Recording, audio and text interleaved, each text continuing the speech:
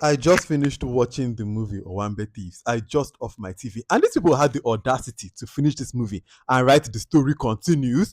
The story continues after this.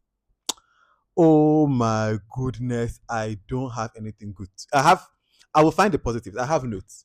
I will always find positives to say, but overall, this movie, I did not like this film for anything. And I will elaborate in detail why.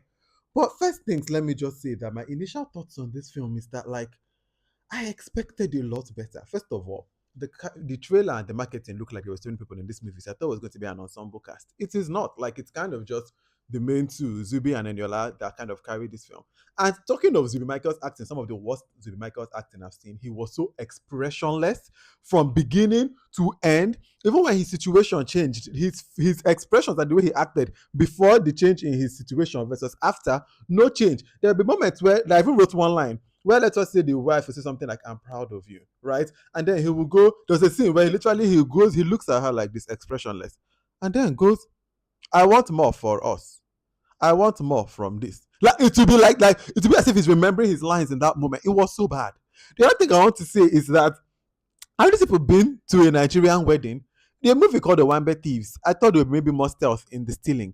The way they are essentially, without giving you spoilers, let me just tell you that, have you been to a Nigerian wedding outside to even just do invitation if you don't have? Those people where they wear their mask, some people they bring police van, people they bring security. The security is on deck for even invitation letter. Talk more, you're carrying things in and out of a wedding just like that. People are counting money by themselves, secluded in an area in a Nigerian wedding. Nobody they walk around. Where I will give the good that the interior decoration is really, really good. The Ashwebi people looks good. The tailors did the work. First of all, Ashwebi prices are kind of like wild. And that is kind of touched on in this film, but truly, some Ashwebi prices are crazy. The melodrama in this film, see, me, I love when something is intentionally melodramatic. I like something that is camp. I like, when there's melodrama for the sake of being melodramatic. But in this movie, some of the acting was so hammed up in ways that were not intentional from what it looks like. And I did not, the music overshadowing lines of dialogue, sometimes trying to force emotion where the actual visual there is no emotion.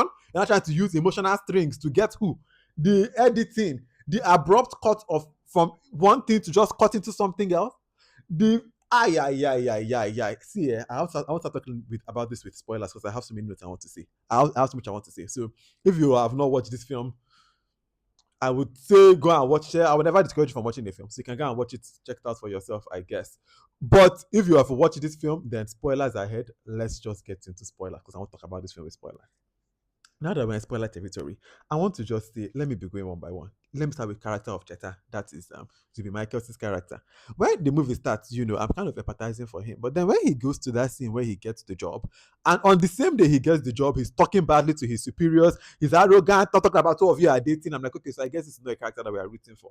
The movie now proceeds to keep going on with this, like on paper, right? It looks like this film is supposed to be like a very classic film of somebody in a hard situation now finds a way to do something maybe not legal to now get out of that situation. But in that part where you're supposed to like empathize with them or feel emotion with them, I didn't feel anything. Like I wasn't feeling any emotion of sadness at all for them because Zubi's acting was so expressionless. Oh my god. Let's not talk about it. There's a scene with a fire that is so random. It is so random. You just cut to talking about the editing. They just cut from one minute to suddenly there's a fire. Then they are bringing out a person from the fire, a little boy who, by the way, that boy's short knicker was still very white. I said, I don't know if he even just rub dust on them, rub debris. And I know if he try the CGI of the fire. Okay, at least I'm not watching Avengers. I will not get too bad on the CGI, but whatever.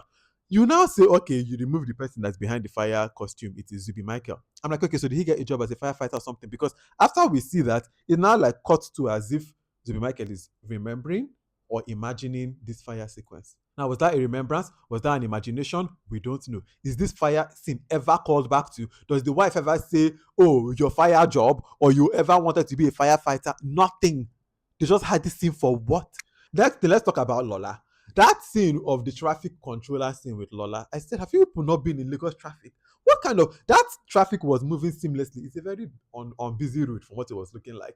The cars are just going, one way, like this side is going this side is going this side. The lanes are moving perfectly. The minute that woman hands her baby, suddenly all the cars have now suddenly choked. They don't know how to drive again. All the drivers for Lagos don't lose their mind. They are suddenly now like hodgepodge themselves into this situation in the 0.5 seconds on this road that people were driving perfectly before. Let us talk about how easily swayed Lola was. Like when the neighbor invites them for the wedding and she's like, no, let's not rob that woman. She seems nice. The way as soon as Cheta says we're going to do it, Madam is feeling on one. But like she kind of resists for a bit, but the way this woman just keeps going with, she's suddenly just as much of an OWAMBE thief as the husband. And for a person that was supposed to be like, no, I don't want to do, the way she will immediately just like turn, and it's like there is no real emotional like I can see why she turned or anything. No, no, no. It's just like guess the film has to progress, so let it turn. The other thing that I said was that at the end of the film, Shami Safako, I will be mad. I will be mad because this man, you touch a bit of money now. You're sleeping with this girl. Now this girl too. You're talking to me in this party like we are friends. You're acting as if you don't know my husband, but I know that both of you have been acting. Like I too will be mad. I get. The next thing that I want to talk about outside of the characters is their sudden wedding invitations. Immediately they come into money. I think immediately they come into money, they steal from that her neighbor's wedding. Cut to the next thing, she's like, yes, I'm coming for Ashwebi. Don't buy me one, buy me two Ashwebis. The other guy too is on the phone, like, Alaji, I'm coming to your wedding. When did you guys suddenly just have this deep network of friends, of people suddenly getting married back to back? Because there was no insertion of any shots of them now, like actually going into high society and like forming friendships or having like meeting people and now maybe like, orchestrating these friendships to not get invited to weddings. There was none of that, which would have been more interesting or flesh this more out. It's just they still want suddenly they're just getting invitations next back to back to back. And then the people in the weddings are just so in which world that Olani bad thing, in which world is somebody just counting money by themselves and just so excluded from everyone. Ay, ay, ay, ay, ay, ay, ay, ay, ay. Then I want to say that one thing that's always unintentionally funny to me is product placement in films, where somebody just goes like, "Oh my God, you got my favorite hair, the Maxil hair." It's such unnatural dialogue. I always find it unintentionally funny. Like it always cracks me up. And then let me talk about the ending because this film did one of my personal biggest cardinal sins in film. I've told you guys I don't like seeing children harmed in films, especially when there is no need for them to be harmed. When this film now ends with even the impression that they shot their child, and you now have the audacity to write the story continues, you have lost your mind in my book because you cannot. I don't like even even just the idea of child harm in film, especially when there is no need. We're not even doing a film about child harm or like the real harms that children are facing. There is no need. This is not like we're doing adolescence, so we have to show about. This is a film not about this, and you're not trying to do the harm of a child as supposed to be like what to do what to get us to emotionally be charged or what like some kind of cheap emotional reaction. Hated, hated that. Overall, this film, the only good thing I would say is the set decoration, and that at least Femi Branch tried with the role that he got, and that is that I don't know much of what good to say about this film.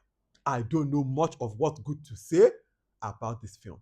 Let us not do something like this again. On paper, maybe this looked good, perhaps, maybe, but the execution from what I saw, no, absolutely not. No. If you've watched this whole video and you have no idea who I am, my name is VDK. I make movie bingo cards, which you can find on my Substack, vdkfilmclub.substack.com, and I talk about films. I knew that one will come and spoil our streak because we have been watching good things back to back. Hey, this one don't come spoil them. I just knew one will spoil it, and OWAMBE Thieves is the thing that has spoiled it. Sad. Sad. Anyways, until the next film that I watch and the next video that I make, have a wonderful rest of your day. Bye.